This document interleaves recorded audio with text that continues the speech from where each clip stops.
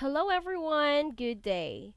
So, as promised, I will create a pre-recorded video discussion for the lesson 2 in MAPI 13. So, here we go. Di ba ningon ko ninyo nga maghatag ko og uniform format nga atong gamiton ani nga course. Okay? So, I have chosen the iPlan. So, this is how it looks like. Okay? So, kung inyong tanawon, mo ni siya ang iPlan or format sa iPlan. So, in the first row, okay, you can see here, okay, divide siya duha ka column. In the first column, you can see the name of the teacher and the learning area. So, name of the teacher, you indicate your name as the teacher of this lesson.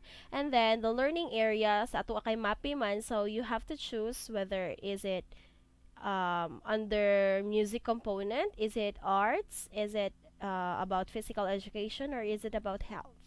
Okay, so that's it. And then for the second column, we can see here the grade or year level. So, kinsay mong students. Okay, so kinsay mong participants ani nga lesson. So, you have to indicate it there. Like, for example, are your participants or are your students grade 7, grade 8, grade 9, or grade 10. Okay, that's it. Then next, let's have the quarter. Okay, so unsa nga quarter na siya nga lesson? Is it first, second, third, or fourth? Okay, so I know that's very easy part. Next, let's have the competency. Okay, competency and the key understanding to be developed. Okay, so kani siya is you don't have to create uh to create this. It's because the competency and the key understanding to be developed is provided in the K to 12 course curriculum guide. Okay, so if you try to research on that, okay, so yung pagitaon nga for grade 7 or for grade 8 nga lessons, okay, nakabutang dito ang mga lessons and then naka-indicate po ng competency and key understanding to be developed. So all you have to do is to fill in this these sections from the course curriculum guide nga naa sa DepEd or nga gi-provide sa DepEd. Now let's have the fourth row. We have the lesson part. So unsa maning lesson? You indicate here the title, okay? The title of the lesson. So for example, the title of your lesson is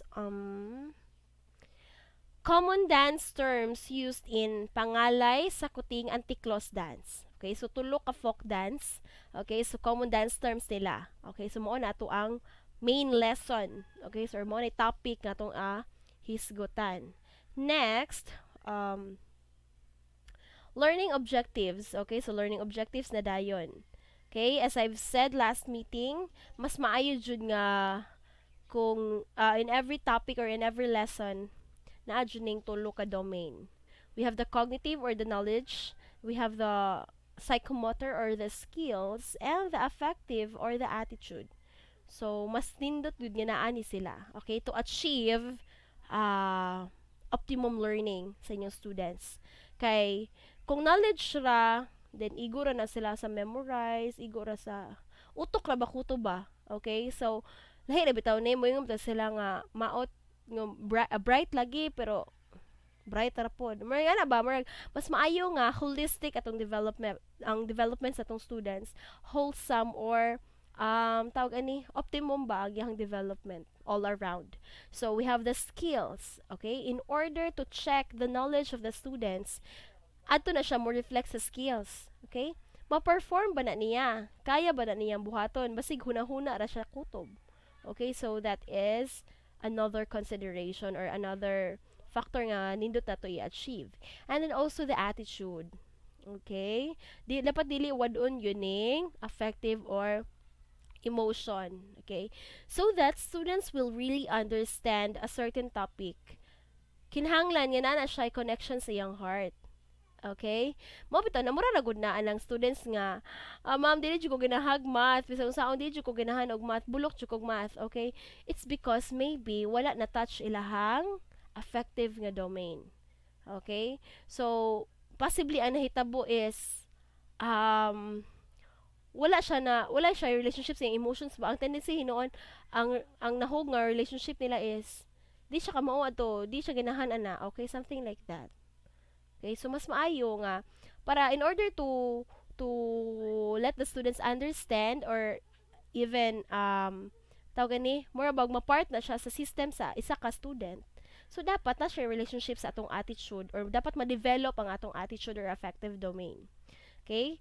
So mao na siya, 'di ba, ingon naman mo nga nakaagi naman mo course about creating objectives. I think that is assessment to oh, assessment for learning one or something like that. Mar nga na siya nga course.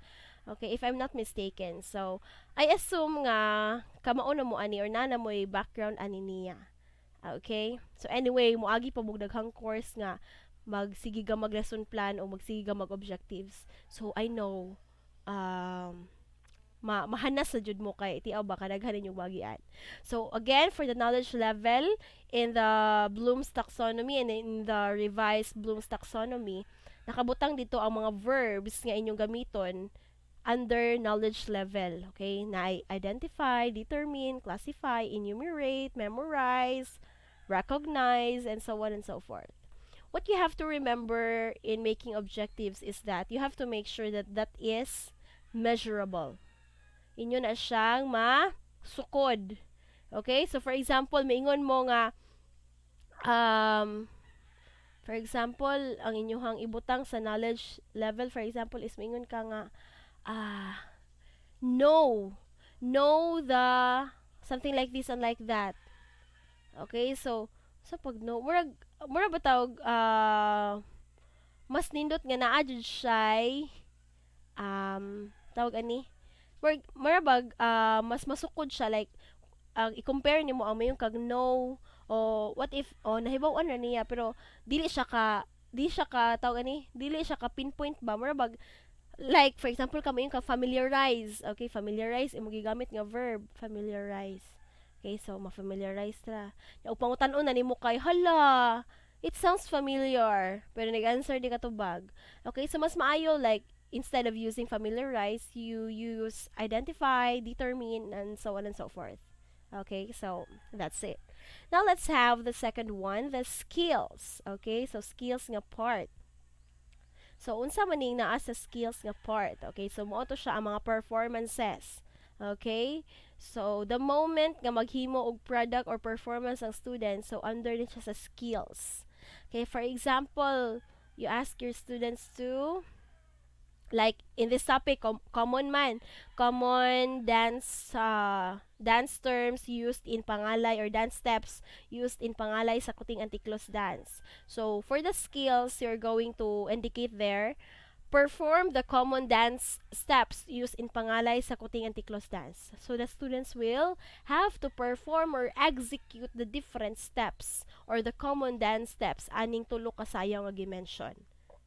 So, nakita ang iyahang knowledge, okay?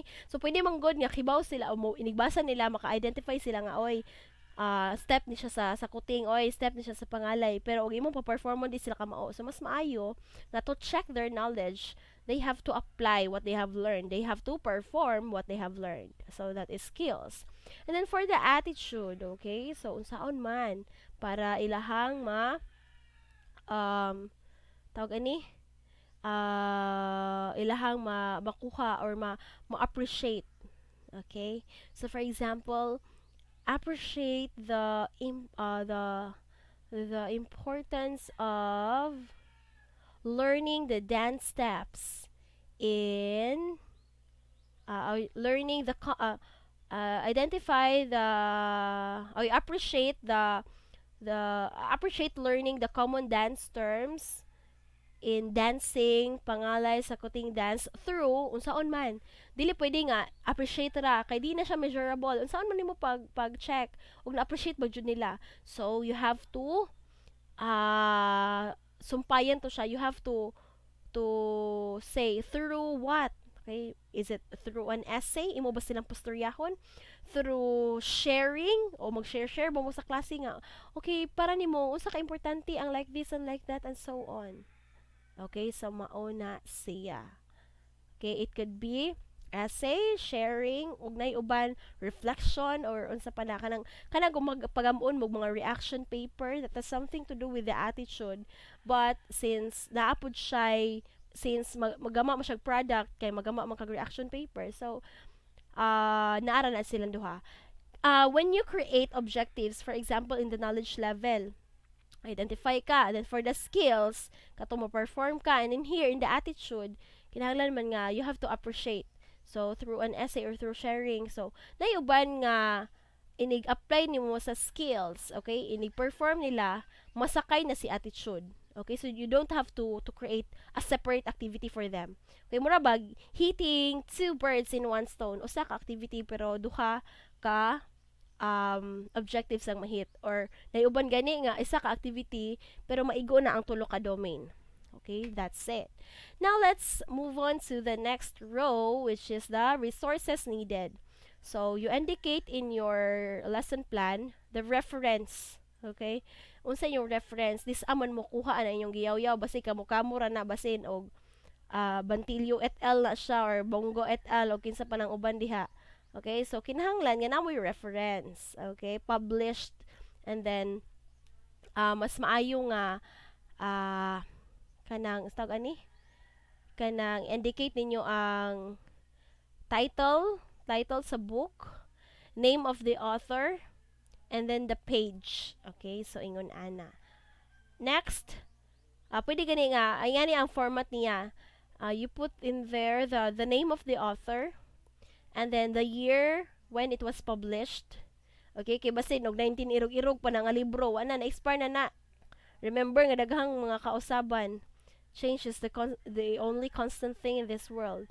Nya, ang mong reference kato pa 19 irog-irog na utro na. So, as much as possible, kanang latest murag 5 or mga at least bisag 5 years or 10 years, okay na siguro ng 10 years from the present. Okay, so dawato na siya nga reference.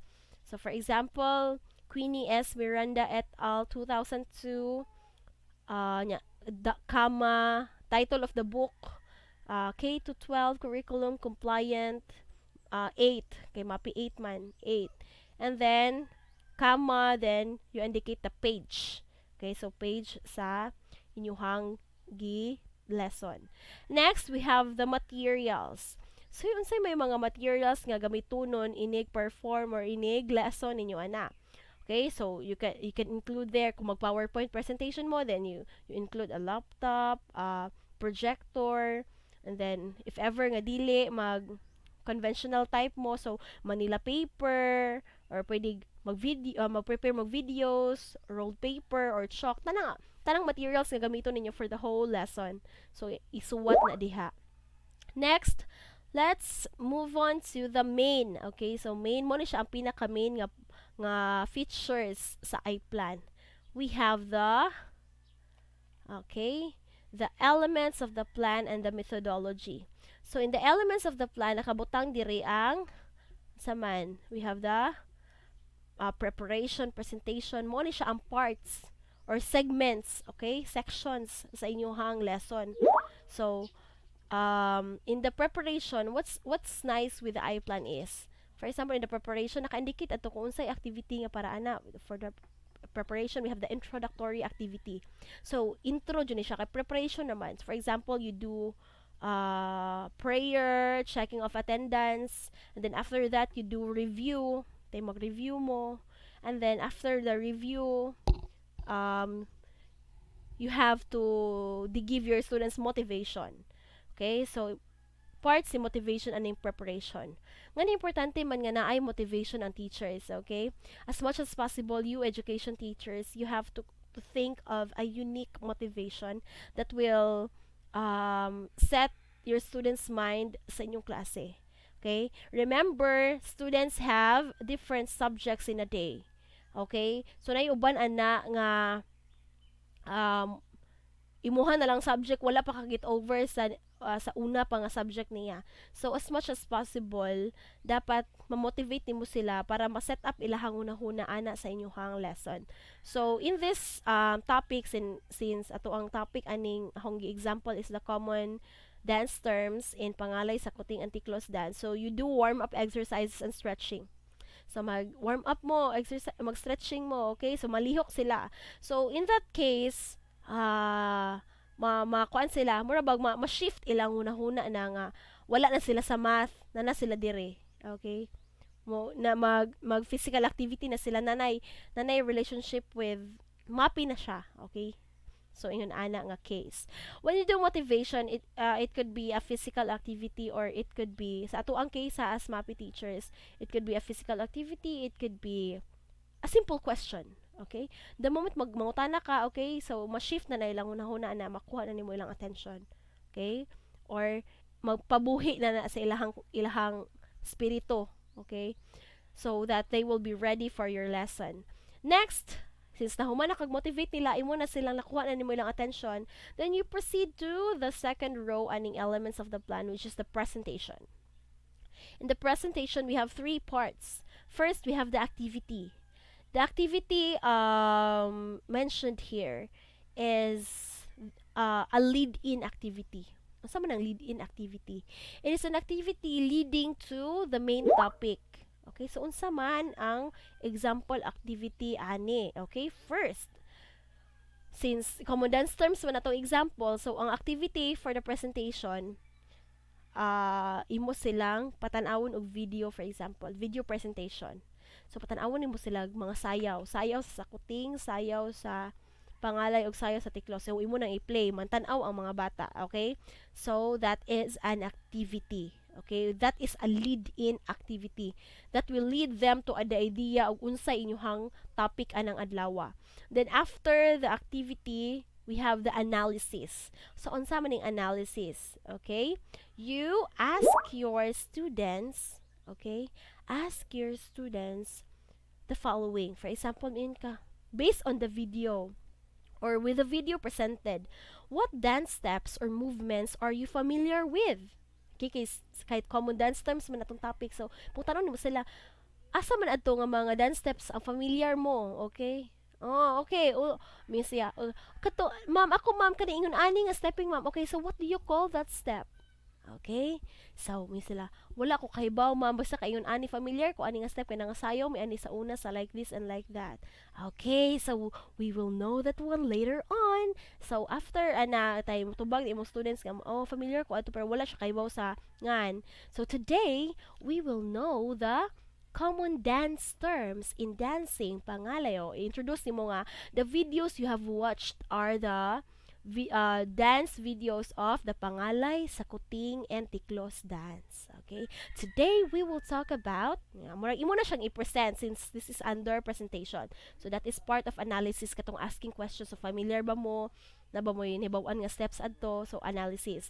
And in the abstraction, mao na tong imuha na jud siyang i-present. Imuha nang ihatag nila ang topic anang adlaw. Okay? So, for example, in the abstraction, you tell your students, in order to help us in the interpretation of the dance figures of Pangalay, Sakuting, and Tiklos dance, we have here the common dance terms used in the said folk dances. So, imo nang i-input, ipilit ba nimo Manila paper or imo bang i-PowerPoint presentation ang common dance terms. So, for example, arms in lateral position, next, arms in reverse T position, clockwise, okay, counterclockwise, and so on and so forth. So, mga dance terms, imo nang i-present nila. Okay, so that is under abstraction. Again, under abstraction, i-input na nimo ang topics or lesson nga inyuhang i-tackle anang adlaw. Again, when we say activity, mo na siya ang lead-in. Mo siyang i-guide para maka-idea sila unsa inyong topic. Then, after mo sila i-guide o unsa inyong topic, you ask questions, you help your students analyze or build informations or imong kutawon nilang utok ug unsa ni kaha, okay? It could be a guessing game or unsa diha uban analysis. Next, abstraction. So imo nang i-present kung unsa gyud ang inyuhang topic ana nga lesson. Next, since sa abstraction na discuss naman nimo ang main points, of course, dili mawala si practice or si application. You have to apply what you have learned. So under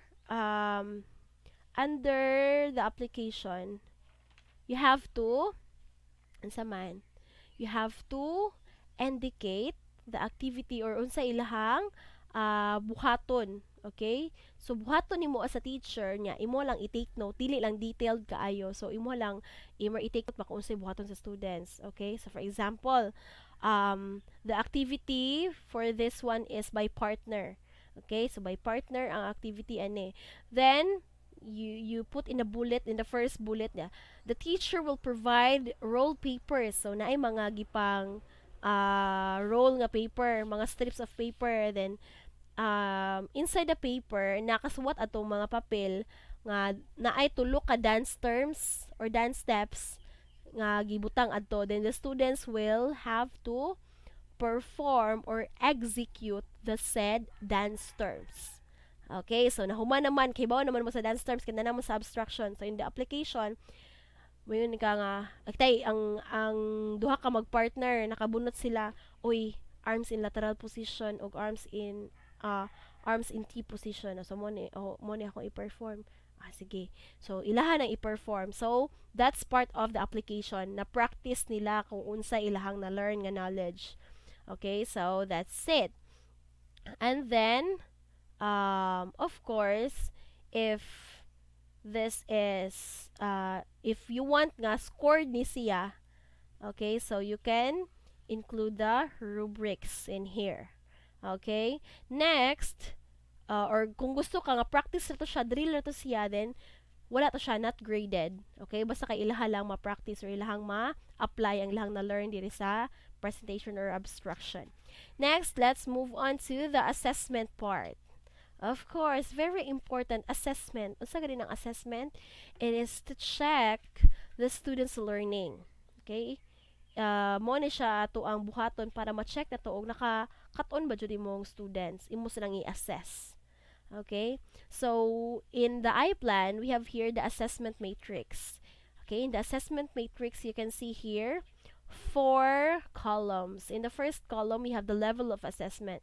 Mo ni siya na as in knowledge, process skills, understanding, and product or performance. And then, we have here specific questions.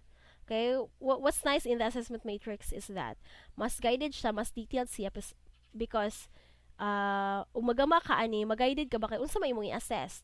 Okay? You will have the question, what will I assess? Unsa man imong gustong ma-check sa imong students. For example, in their knowledge level, okay? If gusto ko na kung nakahibaw ba gid sila sa dance terms. Okay, so you include you put their knowledge, di ba? Knowledge level. Okay, so knowledge on the dance terms of pangalay sa kuting antiklos dance. Okay, dance terms or dance steps. So how will you assess? Okay, it's either you could have a puppet or a paper and pencil test para sa imong students. So mag-quiz na mo sila, nakabutang sa quiz nga. It is a dance step wherein, okay, you move your wrist or you rotate your wrist clockwise or counterclockwise. So, ingana nga question. So, that is part of the puppet or the quiz part. So, mo na siya, how will I assess? Ato na siya under. Okay, puppet or paper and pencil test. Next, how will you score? Okay, so importante ni nga naasad ning sa inyong matrix. How will I score? So, for example, you put in there, the score will depend on the number of correct items. Number of correct items. So, kung pila yung ma-check ato sa inyong quiz, so mo to siya yung score. You also specify there o pila ka points in each item. Like, is it 1 point or 2 points in each item? Okay, so mas specified siya. That is for the knowledge level. Next, we have the process or skills. Okay, so if you're, remember nga, ang inyong assessment ani nila, kani silang upat, inyo ra na siyang fill upan kung naa na siya sa inyong objectives. Dapat, mo nang I ask you to research pag-pass niya activity na to, the appropriate assessments. Unsay appropriate assessments? Nga naman, kay kung mo-assess ka sa imong students, dapat naka-align siya sa imong objectives. Basin og assess ka, imuhang objective is to to, for example, to to perform or interpret the dance figures kintahay sa pangalay sa kuting o gingon ani. Then ang imuhang gi-assess diri is to for example, ang imong gibuhat is nagpa nagpa-reaction paper ka or nagpagama kag portfolio. Okay, so simang ra, di ba? Simang ra kaayo. So dapat naka-align ang imong objectives sa imong assessment. Okay, that's very important. So in here, katong ganina, knowledge level atong ipa-identify ang dance terms, so part na siya sa knowledge. Next, in the skills or performance katong mo perform sila. So pwede dili na nimo graduhan ang process kay pareha tong practice ganina. Okay, so ma-part naman to siya sa skill, so dili naman to siya graded, so pwede dili na nimo ibutang dire. Now for the performance, since imuha man silang pasayawon og tiklo sa kuting og sa tong isa kanang pangalay, so you have to fill in the product or performance nga row. Okay, kani siya nga section. What will I assess? For example, their mastery in performing and their mastery, their interpretation baron or nga na interpretation of the dance figures of unsa nga dance. Then how will I assess? Through a performance task. Nya imong butang details ato nga students will perform the dance by, is it by partner, by group, or by what? By individual ba?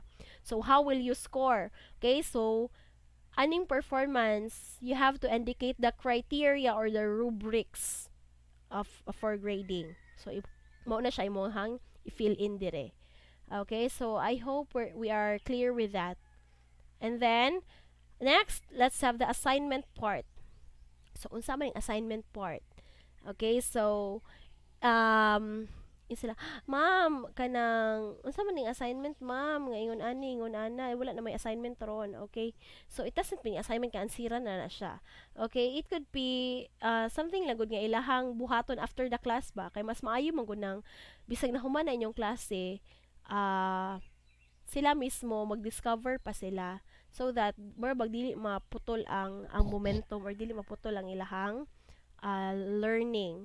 So, first, mo ni siya ang mga types sa assignment. So magpili ra kani kung maghatag ang assignment, dapat magpili ka og asa under ang imong assignment. Is it reinforcing the day's lesson? Strengthen ba na niya ang lesson sa anang adlaw, or is it enriching? Okay, or enriching, or in other term supplementary learning ba na siya, kanang dugang ba na siya sa inyong lesson? Additional info ba na siya? Okay, that's it. And then we also have enhancing. Okay, so when you say enhancing, is it kana nga assignment makapa-clear up, or mas simplify ba niya ang lesson anang adlaw, or is it an assignment preparing your students for the new lesson? Okay, so pwedeng makatag ingon anang assignment. Preparing ba siya for the new lesson? Okay, so for example, yung lesson pagkasunod is to how to demonstrate. Okay, so maghatag na kadaan og mga research topics nga ilahang ipangitaon, so that ma-ready na sila pagka next ka lesson. So that's it. Very simple. And then the last part, yay! The last part will be the concluding activity. Part of the concluding activity is the wrap up and the finale. Okay, so wrap up and finale. Ngano importante man is wrap up. Okay, so you have to capsulize everything at the end of the discussion and the activity, so that the students will be refreshed of what they have learned in that specific lesson. Okay, for example, okay, so we are done with everything in this lesson. Now, let's review what we have learned. Okay, mangutana ka, what are the different what are the 3 dances that we have tackled again? Okay, you ask your students. Okay, ma'am, we tackled about sakoting, we tackled about tiklos, and the pangalay dance. Oh, very good. Now, what are the common dance terms in dancing these 3 dances? Okay? So give me one. Okay, mo tanak ka and so on and so forth. So that is a wrap-up activity. Okay? So pwede pod nga you engage your students or pwede pod nga ikaw ra teacher, imo siyang i-wrap up. Okay? Ikaw ra mismo maghatag. Okay, in this lesson we have learned the three dances or folk dances. We have the blah blah blah blah blah and their common dance terms. Mention mo blah blah blah blah blah blah blah blah. What is this again? This is the okay, kumintang. Okay, next na po, what is this again? Okay, so ingon ana ang wrap up nimo. Okay, so in the wrap up, you have to capsulize everything and present it to them so that ma-refresh sila unsa ilang mga na-learn ana nga lesson. And of course, the finale. Okay, finale. Asa man ang finale, mga magnayo ba may finale dance? Okay? So it's up to you. O ginahan ka nga mass dance ka after sa imong klase, then you do mass dance. Pero imong gusto nga finale is a simple prayer lang. Okay, that will do. Okay, so we're done. 'Di ba? So ina na siya kadali, guys. So mo ni siya inyuhang gamunon pohon. And then, maon ni siya ang mugay din yung pohon, inigdemo ninyo. Okay, pohon, hopefully. Okay, so I think we are done with this discussion. I hope you have learned everything I have discussed. And if ever you have questions and clarifications, don't hesitate to comment it down here in this video if mapost na ko ni siya sa Google Classroom. Okay, so that's it. Thank you and have a nice day ahead. Bye bye, everyone.